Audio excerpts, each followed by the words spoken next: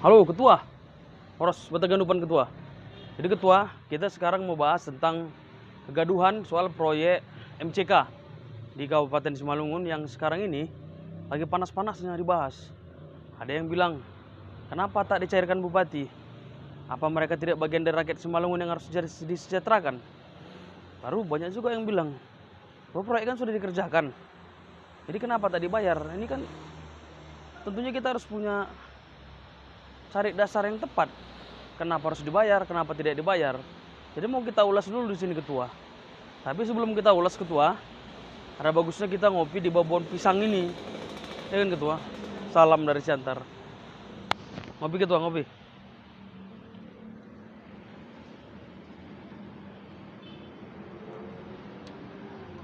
Mantap kali Ketua. Ketua, jadi gini itu Ketua.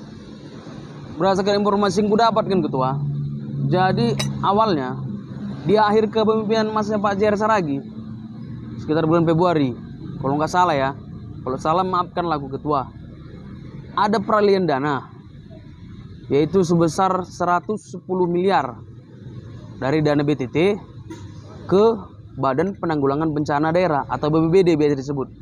Itu kalau tak salah aku sesuai dengan Perbup nomor 9 tahun 2021. Nah, sebenarnya titik awalnya ini kan di sini. Jadi awal proyek MCK ini kan di sini awalnya. Jadi masa kepemimpinan Pak JR tadi ada pengalihan dana sebesar 110 miliar ke BPBD. Nah, ternyata Ketua, berdasarkan hasil penerawangan dan hasil informasi lah ini Ketua, bahwa dalam peralihan tersebut ada kejanggalan katanya, ada kesalahan, ada beberapa kesalahan dalam pengalihan dana tersebut. Jadi ini awalnya yang membuat itu sebenarnya sampai sekarang ini tidak dibayarkan oleh pemerintahan Pak Radiapo. Jadi kalau ada yang bilang Pak Radiapo kenapa tega tidak membayarkan itu, nah kita kan harus ulas dulu ini Ketua. Jangan ujuk-ujuk kita menyalahkan Pak Radiapo, kita tidak tahu akar masalahnya. Jadi untuk menjelaskan suatu masalah, kita kan harus melihat akar permasalahannya di dalam negara Kesatuan Republik Indonesia yang kita cintai ini Ketua. Dalam penggunaan anggaran maupun penyusunan anggaran, semua kan ada aturannya. Jadi tak boleh suka-suka dalam menyusun anggaran di negara ini, ada aturannya. Nah, terkait penyusunan anggaran yang tadi ku masukkan itu Ketua, pengalihan tadi, ternyata ada pelanggaran. Pelanggarannya maksudnya seperti ini, ada kesalahan dalam penyusunan anggaran tersebut. Jadi ternyata berdasarkan ini yang ku baca ini di sini, berdasarkan hasil audit, bahwa pergeseran anggaran tidak dilakukan dengan pembahasan pada tim anggaran pemerintah daerah. Nah, jadi kenapa dibilang tidak dilakukan pembahasan? Karena tidak ada dokumennya atau notulen yang menunjukkan adanya proses pembahasan perubahan atau pergeseran anggaran oleh TAPD. Nah, TAPD itu yang tadi tuh, yang gue bilang tadi lah, udah ngerti lah, ngapain malah gue jelaskan lagi ya. Kalau nggak ngerti nanti baru kita cerita langsung. Nah, tadi kan gini Ketua. Ini kan tadi yang 110 M itu. Ternyata di 110 M itu ada dibuat Pemkap pada saat itu, zaman Pak JR ini ya. Pengadaan barang dan jasa senilai 62 M di Dinas atau Badan BPBD Kabupaten Simalungun. Ternyata pengadaan barang dan jasa itu belum dianggarkan rupanya, dan tidak mempertimbangkan ketersediaan anggaran BPBD Kabupaten Simalungun. Tapi dibuat orang itu kegiatan, yaitu 13 kegiatan.